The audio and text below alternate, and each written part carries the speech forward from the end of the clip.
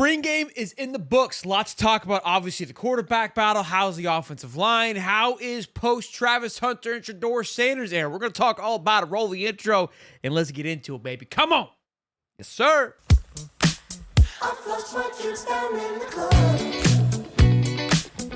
Well, shout out to the Buffs for having a game on Saturday. It was refreshing to see some football. It wasn't a full-blown football game. We had a little 7-on-7.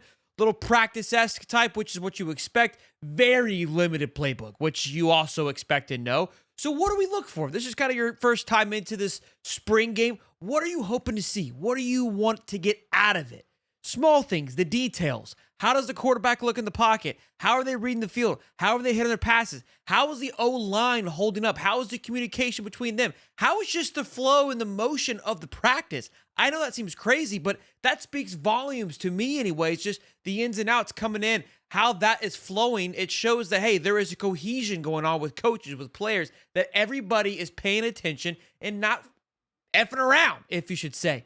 Quick little, just first thing, when I'm watching it, what am I looking for?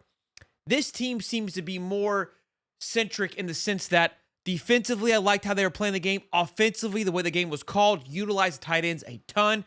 Zach Atkins, the tight end, got a couple of big plays. Ran the ball very efficiently, which was fun to see.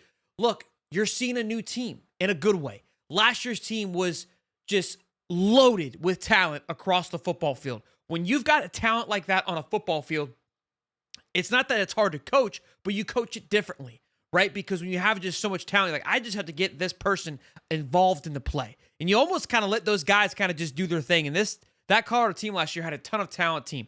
This year, it's still talented, but not as just highly and just hot areas as it was. So what does that mean? Well, coaching's got to dial it in a little more. The cohesion's got to get locked in more. And that's how it felt, which is good. I wanted to see that. I assumed we would see that. The biggest question marker that everybody was looking to see, obviously, there's the star phenom, JUJU Lewis. Loved how he looked. We'll talk about it. Little slow start, little jittery start, couple overthrown passes. That defense was coming off hot. Arden Walker was coming off the edge, hot and heavy. Love the defenses they were putting on to him as well. Seaton got a little off his back leg early on, which, again, that first few minutes are very important. That's when everyone's kind of at their peak, right? At their happiest and their strongest. So Kaidon Salter looked exactly like I thought he would. He's a fifth-year senior, I believe, just completely composed, got through the reads very quickly, dumped it off when he knew to. I wasn't thrown away or blown away by Salter. That's what I thought. The kid's been balling out at Liberty. This isn't some slouch coming in here. And when this originally broke, this news broke, I said, look, this will be Salter's job off the rip, and we'll see how Lewis and JUJU grows through spring and through summer. Through just this game, Julian Lewis looked more comfortable, looked more composed. Really excited what his arm talent is undeniable. The kid's 17 years old, right? That's a factor. You can't ignore that. That's going to take time to just reading defense, getting comfortable. Everything's much, much faster. That's what I was trying to explain to him. I was like, look, it's not that I'm hating on him or doubting him. There's very few people that can just come in and just click. Arch Manning is a prime example of somebody who was a perfect scorer. There's only 3 quarterbacks and that got a perfect score coming out of high school. That was Arch Manning, Quinn Ewers, Vince Young. All happened to go to Texas. That's besides the point. Quinn Ewers came in. I think he started right away. And Arch probably could have went elsewhere and started right away. But I think it was beneficial for him to sit. I'm not saying that I want JUJU to sit. However, I think the main thing to pay attention to is that Colorado's in good hands. I think they've got a great quarterback room with a lot of experience that can win football games, but then also the ceiling with Julian Lewis and the talent that is ready to ooze out of that room. Secondly, Dalen Hayden. My golly, Isaiah who? He looks great. The O-line held up. You know when the O-line does well when you don't have to talk about him. And that's how it seemed this past week. And Marshall Faulk obviously just hitting the ground running with how he's managing things. The clips that come from Well Off Media, just watching how he talks and carries himself. I mean, that guy is an absolute treat in that locker room. And to have him on staff is absolutely huge. They look fantastic. TJ Branch, I believe, the safety play looks really good. I was excited to see how the cornerback and safety room didn't necessarily take a step back with the loss, obviously, of Travis Hunter and Shiloh's and others. It looked really good. The edge work was good. Look, I liked a lot of the things that I saw. I was very excited. Again, the tight end work was great with Zach Atkins. He was having himself a day. That was fun to watch and see. Now, here's a big thing that, we have to kind of keep in mind. We know all the guys that entered into the portal just a few days ago, right? Now, given how this unfolded, I don't know how much they were making an impact, but you're a little thin right now.